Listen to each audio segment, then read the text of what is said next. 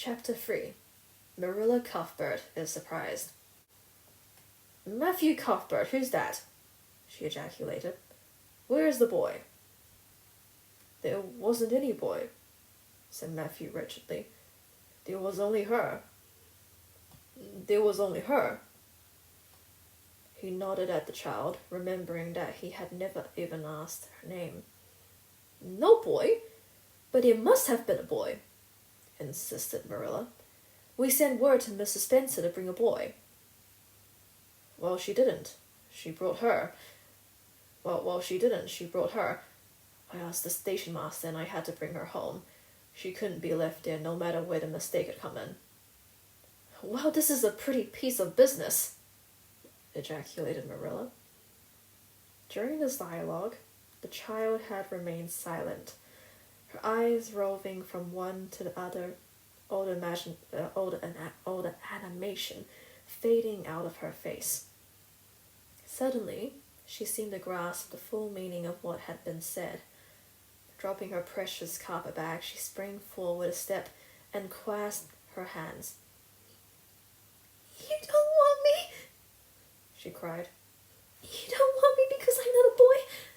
I'd have expected it. Nobody ever did want me. I might have known it was all too beautiful to last. I might have known nobody really did want me. Oh, what shall I do? I'm going to burst into tears." Finally, Marilla stepped lamely into the breach. Well, there's no need to cry about it." "Yes, there is need." The child raised her head quickly, revealing a tear-stained face and trembling eyes. "You would cry too if you were an orphan and had come to a place you thought was going to be home and found that they didn't want you because you weren't a boy. Oh, this is the most tragical thing that ever happened to me." "Will you please call me Cordelia?" She said eagerly. "Call you Cordelia? Is that your name?" "No, it's not exactly my name, but I would love to be called Cordelia. Such a perfectly elegant name." "I don't know what on earth you mean. If Cordelia isn't your name, what is?" Anne Shirley reluctantly faltered forth the owner of the name. But oh please do call me Cordelia. It can't matter much to you what you call me if I'm only going to be here a little while, can it? And Anne is such an unromantic name." "Unromantic fiddlesticks," said the unsympathetic Marilla. "Anne is a real good, plain, sensible name. You've no need to be ashamed of it." "Oh, I'm not ashamed of it," explained Anne. "Only I like Cordelia better. I've always imagined that my name was Cordelia. At least I always have of late years. When I was young, I used to imagine it was Geraldine, but I like Cordelia better now. But if you call me Anne, please call me Anne spelled with an E." What difference does it make how it's spelled?" asked Marilla with another rusty smile as she picked up the teapot. "Oh, it makes such a difference. It looks so much nicer. When you hear a name pronounced, can't you always see it in your mind, just as if it was printed out?" "Very well then, and spelled with an E. Can you tell us how this mistake came to be made? We sent word to Mrs. Spencer to bring us a boy. Were there no boys at the asylum?" "Oh, yes, there was an abundance of them, but Mrs. Spencer said distinctly that you wanted a girl about 11 years old, and the matron said she thought I would do. You don't know how delighted I was. I couldn't sleep all last night. I couldn't sleep all last night for joy. Oh," she added reproachfully, turning to Matthew. "Why didn't you tell me at the station that you didn't want me and leave me there? If I hadn't seen the white way of the light and the lake of shining waters, it wouldn't be so hard." "What on earth does she mean?" demanded Marilla, staring at Matthew. She's just referring to some conversation we had on the road," said Matthew hastily. "I'm going out to put them in, Marilla. Have tea ready when I come back." Anne sighed. can't. I'm in the depths of despair. Can you eat when you are in the depths of despair? I've never been in the depths of despair, so I can't say, responded Marilla. Weren't you? Well, did you ever try to imagine you were in the depths of despair? No, I didn't. Then I don't think you can understand what it's like. It's a very uncomfortable feeling indeed. When you try to eat, a lump comes right up in your throat, and you can't swallow anything, not even if it was a chocolate caramel. Marilla had been wondering where Anne should be put to bed. She had prepared a couch in the kitchen chamber for the desired and expected boy, but although it was neat and clean, it did not seem quite the thing to put a girl there somehow. But the spare room was out of the question for such a stray waif, so there remained only the east gable room. Marilla lighted a candle and told Anne to follow her, which Anne spiritlessly did, taking her hat and carpet-bag from the hall table as she passed. The hall was fearsomely clean. The little gable chamber in which she presentedly found herself seemed still cleaner. Marilla set the candle on a three-legged, three-cornered table and turned down the bedclothes. I suppose you have a nightgown? She questioned. Anne nodded. Yes, I have two. The matron of the asylum made them for me. They're fearfully skimpy. There's never enough to go around in an asylum, so things are always skimpy. At least in a poor asylum like ours. I hate skimpy night dresses, but one can dream just as well in them as in lovely trailing ones with frills around the neck. That's one consolation. Well, undress as quick as you can and go to bed. I'll come back in a few minutes for the candle. I daren't trust you to put it out yourself. You'd likely set the place on fire. When Marilla came up for the light, various skimpy articles of raiment scattered most untidily over the floor in a certain tempestuous appearance of the bed were the only indications of any presence save her own. She deliberately picked up Anne's clothes, placed them neatly on a prim yellow chair, and then, taking up the candle, went over to the bed. Good night, she said a little awkwardly, but not unkindly. Anne's white face and big eyes appeared over the bedclothes with a startling suddenness. How can you call it a good night when you know it must be the very worst night I've ever had? She said reproachfully. Then she dived down into invisibility again. This is what comes of sending word instead of going ourselves. Richard Spencer's folks have twisted that message somehow. One of us will have to drive over and see Mrs. Spencer tomorrow, that's certain. This girl will have to be sent back to the asylum. Yes, I suppose so, said Matthew reluctantly. You suppose so, don't you know it? Well, now, she's a real nice little thing, Marilla. It's kind of a pity to send her back when she's so set on staying here. Matthew Cuthbert, you don't mean to say you think we ought to keep her? Marilla's astonishment could not have been greater if Matthew had expressed a predilection for standing on his head. Well, now, no, I suppose not. Not exactly, stammered Matthew, uncomfortably driven into a corner for his precise meaning. I suppose we could hardly be expected to keep her. I should say not. What good would she be to us? We might be some good to her, said Matthew suddenly and unexpectedly. Matthew Cuthbert, I believe that child has bewitched you. I can see as plain that you want to keep her. Well, now, she's a real interesting little thing. She's a real interesting little thing, persisted Matthew. You should have heard her talk coming from the station. Oh, she can talk fast enough. I saw that at once. It's nothing in her favor either. I don't like children who have so much to say. I don't want an orphan girl, and if I did, she isn't the style I'd pick out. Something I don't understand about her. No, she's got to be dispatched straight away back to where she came from. Chapter 4. Morning at Green Gables. It was broad daylight when Anne awoke and sat up in bed, staring confusedly at the window, through which a flood of cherry sunshine was pouring, and outside of which something white and feathery waved across glimpses of blue sky. For a moment she could not remember where she was. First came a delightful thrill at something very pleasant, then a horrible remembrance. This was Green Gables, and they didn't want her because she wasn't a boy. But it was morning, and yes, it was a cherry tree in full bloom outside of her window. With a bound she was out of bed and across the floor.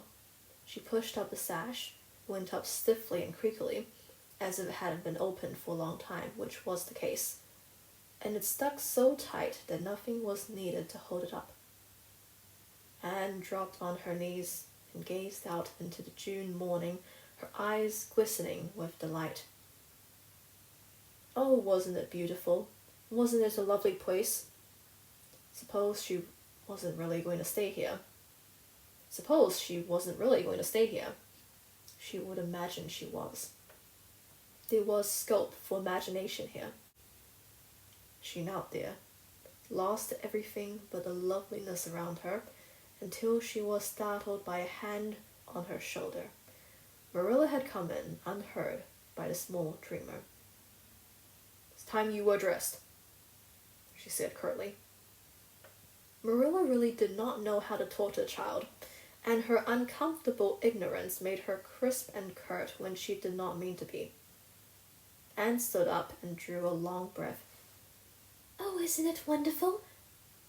she said, waving her hand comprehensively at the good world outside.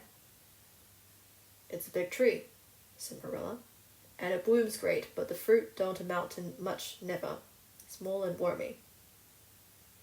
"Oh, I don't mean just the tree. Of course it's lovely. Yes, it's radiantly lovely. It blooms as if it meant it, but I meant everything. The garden and the orchard and the brook and the woods, the whole big damn world. Don't you feel as if you had just loved the world in a morning like this? And I can hear the brook laughing all the way up here. Have you ever noticed what cheerful things brooks are? They're always laughing. Even in wintertime, I've heard them under the ice. I'm so glad there's a brook near Green Gables. Perhaps you think it doesn't make any difference to me when you're not going to keep me, but it does. I shall always like to remember that there is a brook at Green Gables, even if I never see it again. If there wasn't a brook, I'd be haunted by that uncomfortable feeling that there ought to be one. I'm not in the depths of despair this morning. I never can be in the morning. Isn't it a splendid thing that there are mornings? But I feel very sad. I've just been imagining that it was really me you wanted after all, and that I was to stay here forever and ever. It was a great comfort while it lasted, but the worst of imagining things is that the time comes when you have to stop, and that hurts. "You better get dressed and come downstairs and never mind your imaginings," said Marilla as soon as she could get a word in edgewise. "Breakfast is waiting. Wash your face and comb your hair. Leave the window up and turn your bedclothes back over the foot of the bed. Be as smart as you can." "For pity's sake, hold your tongue," said Marilla. "You talk entirely too much for a little girl." Thereupon Anne held her tongue so obediently and thoroughly that her continued silence made Marilla rather nervous, as if in the presence of something not exactly natural. Matthew also held his tongue, but this was natural, so that the meal was a very silent one. As it progressed, Anne became more and more abstracted, eating mechanically, with her big eyes fixed unswervingly and unseeingly on the sky outside the window. This made Marilla more nervous than ever.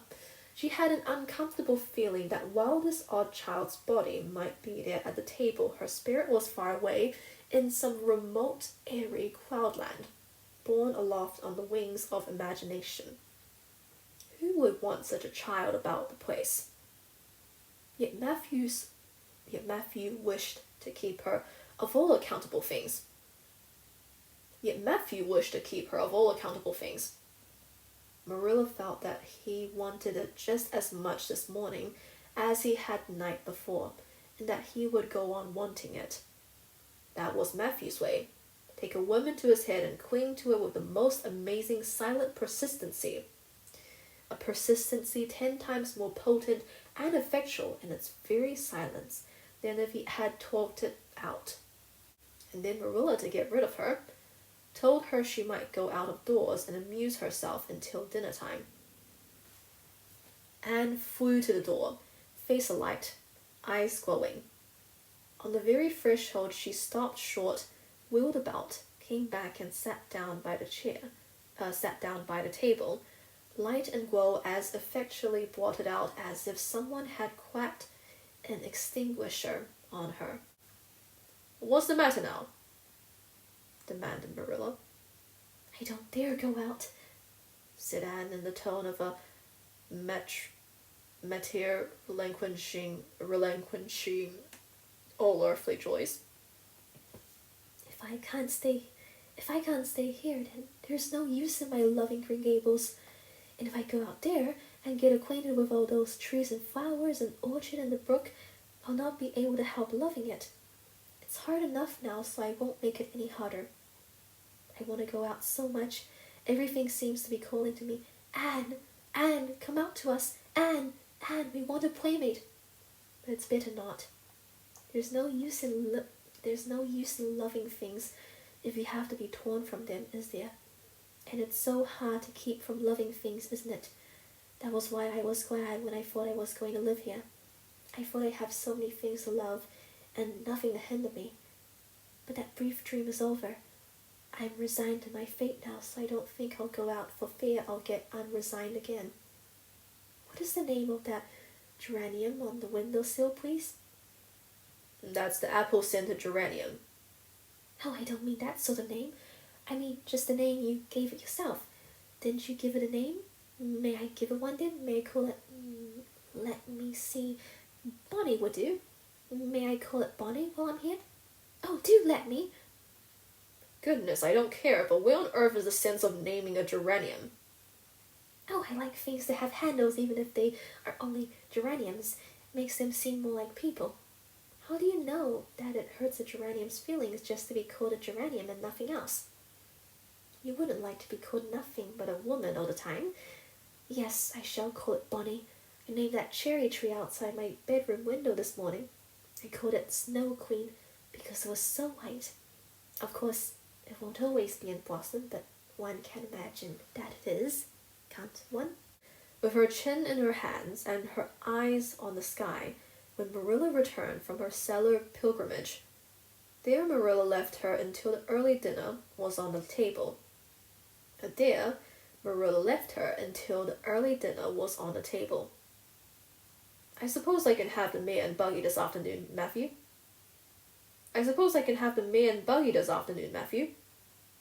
said Marilla. Matthew nodded and looked wistfully at Anne. Marilla intercepted the look and said grimly, "I'm going to drive over to White Sands and settle this thing. I'll take Anne with me, and Mrs. Benson will probably make arrangements to send her back to Nova Scotia at once. I'll set your tea out for you, and I'll be home in time to milk the cows." Still Matthew said nothing, and Marilla had a sense of having wasted words and breath. There's nothing more aggravating than a man who won't talk back, unless it is a woman who won't. Matthew hitched the sorrel into the buggy in due time, and Marilla and Anne set off. Matthew opened the yard gate for them, and as they drove slowly through, he said, to nobody in particular as it seemed, "Little Jerry boat from the creek was here this morning, and I told him I guess I'd hire him for the summer." Marilla made no reply, but she hit the unlucky sorrel such a vicious quip with the whip that the fat mare, unused to such treatment, whizzed indignantly down the lane at an alarming pace.